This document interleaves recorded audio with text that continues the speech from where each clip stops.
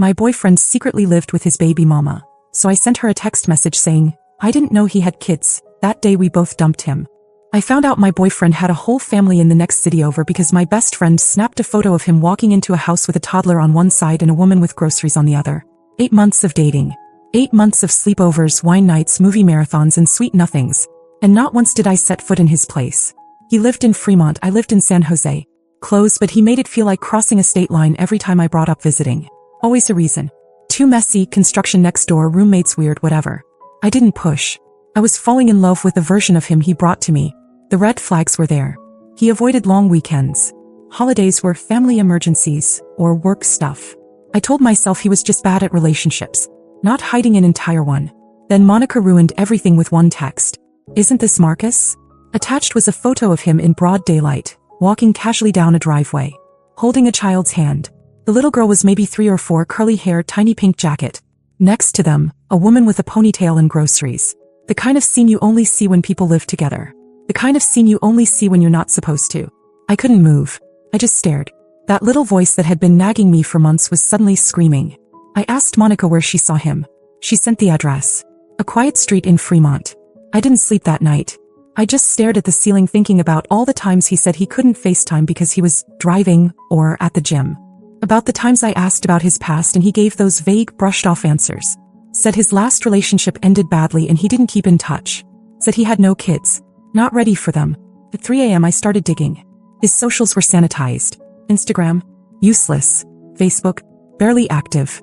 But I remembered his cousin's name from a post months back. She was wide open. That's where I found him, in the background of a backyard birthday party, standing behind a woman while holding a baby. Smiling. Comfortable. The woman's name was Tasha. I found her profile. I couldn't breathe. Her posts were like watching someone else's life play out in reverse. Photos of her and Marcus kissing, holding hands at pumpkin patches, family selfies at the beach. Then came the captions. Grateful for this little family we built. Nothing better than movie nights with our girls and daddy. I didn't even realize he had more than one kid until that post. And then the one that shattered the last of my doubt, a Mother's Day post. 3 weeks ago. To the man who made me a mom. Thank you for never making me feel alone in this. He was tagged. Smiling. Commented with a heart emoji. I sat in the dark, staring at the screen. Marcus didn't just lie. He built a life with someone else and then came to me pretending to be single. He didn't just cheat. He pretended I was the only one. I didn't call him. I didn't scream or text or throw my phone. I needed more. I wanted to be sure. I needed something solid, something undeniable. So I pulled Monica in.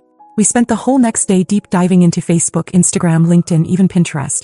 I don't know what we thought we'd find there, but we weren't leaving any platform untouched. Monica messaged one of the women who had commented, "So cute," on a photo of Marcus and the kids. Said she was trying to plan a surprise for a mutual friend and needed to know how long they'd been together. The girl replied within the hour. They've been on and off for years. I think since college. But they've been solid lately. I saw them at a wedding together not long ago. Years. I felt sick. We eventually found Tasha's Instagram. It was set to private, but her profile pic was telling enough. Marcus. 2 kids. All smiling like some discount Target ad for happiness. I stared at that photo so long I memorized the background. Some park or hiking trail. I could almost hear the leaves crunching under their shoes. It was Monica's idea to reach out to her. She said if it were her she'd want to know. I wasn't sure what to say, so I just sent her a message. Hey, I know this might sound weird, but I think we need to talk. It's about Marcus. I have no bad intentions, but I just found out something and I'm kind of freaking out. She didn't respond right away. Hours passed. I thought maybe she blocked me. Then just after midnight, a reply. What is it? I typed and deleted the next message about 10 times before I landed on this. I didn't know he had kids. The 3 dots popped up immediately, then stopped. Started again. Then nothing for 5 whole minutes. I waited, heart pounding, until finally she replied. Let's meet. We picked a neutral spot. An old cafe in the middle of nowhere between Fremont and San Jose. Quiet. Dimly lit. I got there first and ordered something I didn't even drink. She came in 10 minutes later, calm, hair tied back, no makeup. She looked tired. I stood when she came over. She sat down slowly, didn't say anything at first. Just stared at me like I was a mirror she didn't want to look into. Then I pulled out my phone and showed her a photo I took of Marcus and me a few months ago. He had his arm around me, smiling, wearing the same hoodie I'd seen in her pictures. I watched her face shift. I didn't need to say another word. She showed me hers. Photos, videos. Him with the kids, birthday parties, lazy Sundays, Halloween costumes. He called her babe in every caption. One of the videos was him helping their older daughter with homework. We sat there for almost 2 hours. We compared timelines, dates, lies. We talked about everything. How he avoided certain weekends. How he always had an excuse to leave early. How he never let her come to his job. Never let me visit his place. It all lined up. He had been living a double life perfectly. Till now. We didn't cry. We didn't yell. We just stared at this ugly puzzle that had finally been put together. And then I said what we were both thinking. We have to end this. But not just end it.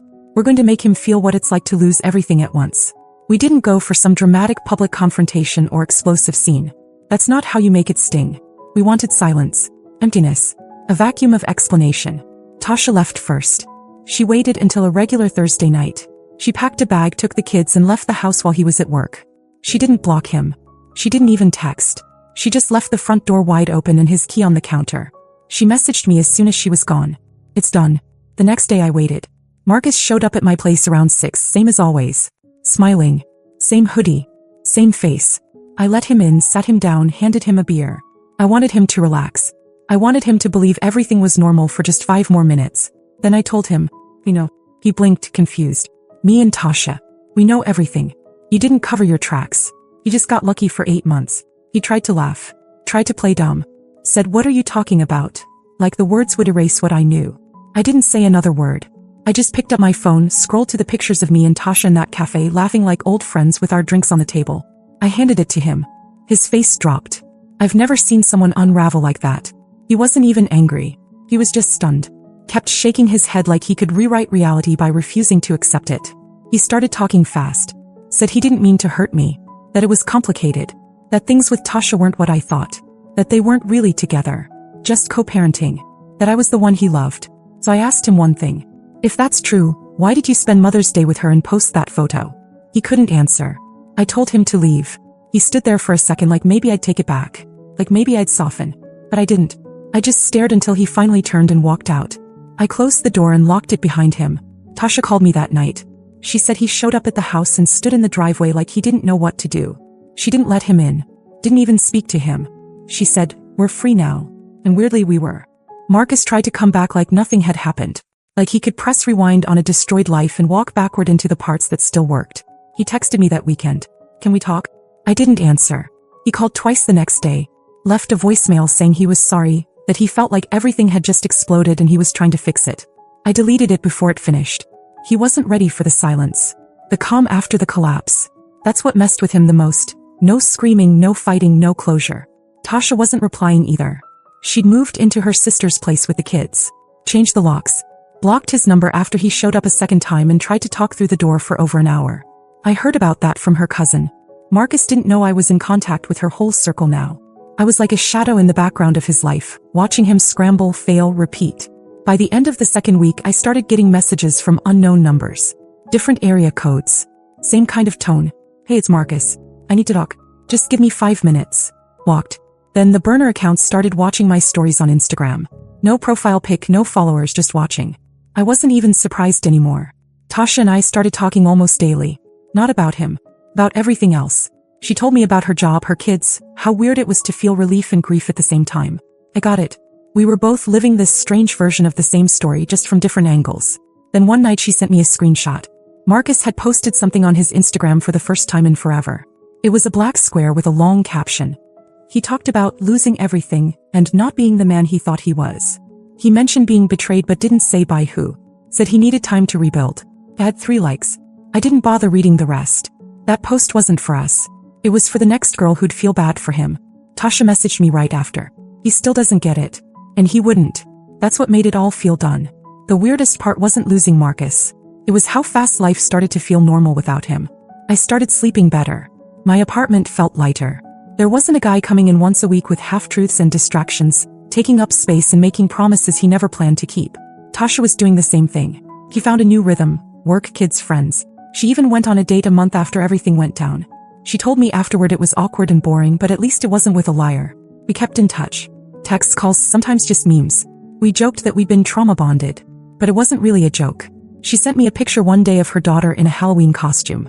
An astronaut. Said Marcus used to promise to take her to the NASA museum but never followed through. She took her herself this time. Said it was the best Saturday they'd had in months. I told her I was proud of her. A few weeks later, I ran into one of Marcus's friends at a bar in downtown San Jose.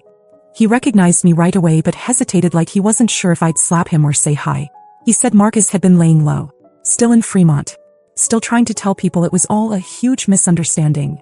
Apparently, he told a new girl that both me and Tasha were crazy and had teamed up to ruin his life. That actually made me laugh out loud. When I told Tasha, she said, "He's really out here acting like we're the villains in his origin story." But the truth was, he wasn't the victim. He was just a guy who got caught. There was no redemption arc waiting for him. No dramatic apology tour. Just a man left behind by two women who finally realized they deserved more.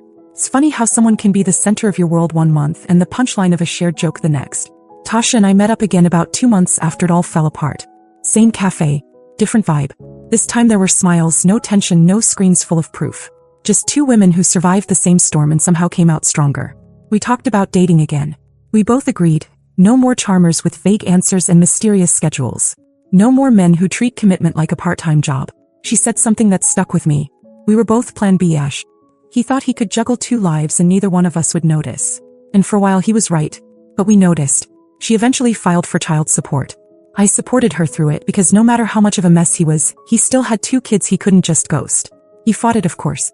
Claimed he didn't have a job. But she had receipts. Photos. Dates. Screenshots. He didn't stand a chance. He finally messaged me again a few weeks ago. A long paragraph about how he hoped I was doing well. That he missed what we had.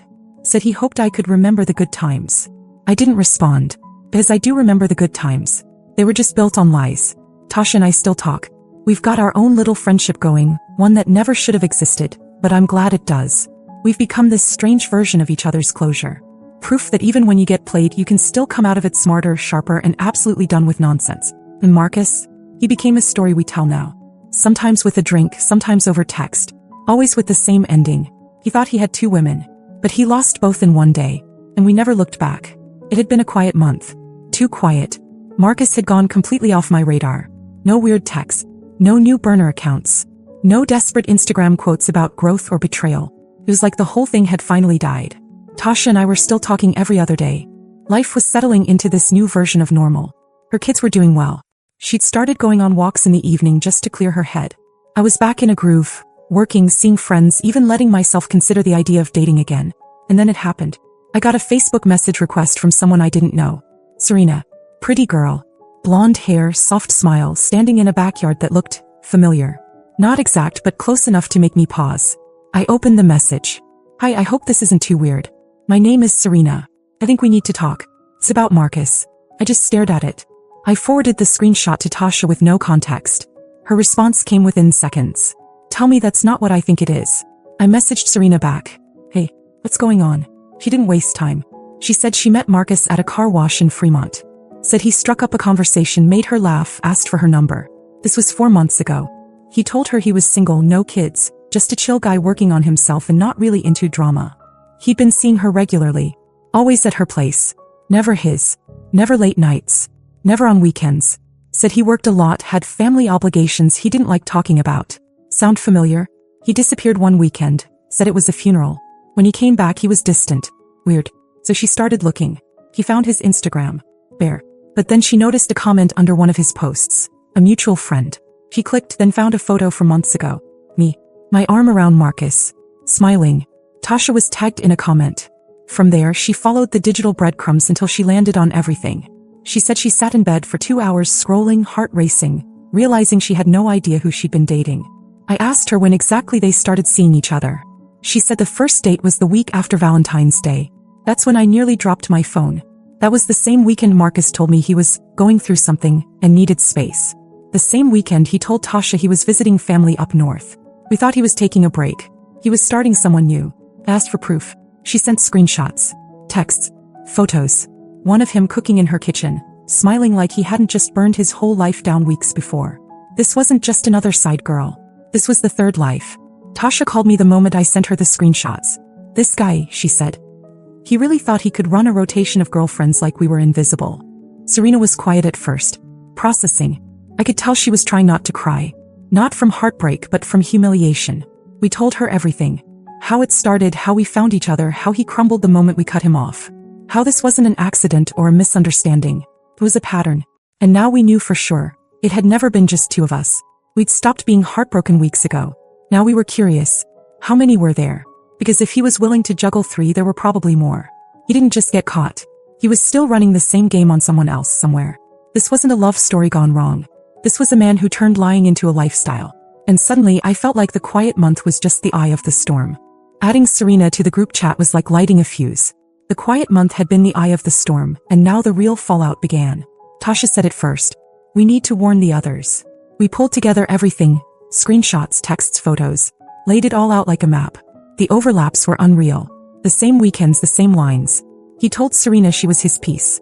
Told Tasha they were rebuilding. Told me he needed space to heal. He wasn't just playing us, he was cycling through us. Then Serena mentioned Jasmine, a girl who had liked every one of his gym selfies for months. Serena messaged her, and sure enough, Jasmine had been seeing Marcus too. He told her he was single but taking it slow. That made 4 of us. And we knew there were probably more. This wasn't some cheating scandal. It was a system. He was running a rotation like it was normal life. We made an Instagram page. Not to go viral, just to document. We didn't use names. Just stories. Screenshots. Timelines. Truth. Within hours, someone messaged, I know who this is. Marcus deactivated everything within a day. Vanished. But it was too late. He didn't just lose 3 women. He lost his whole illusion.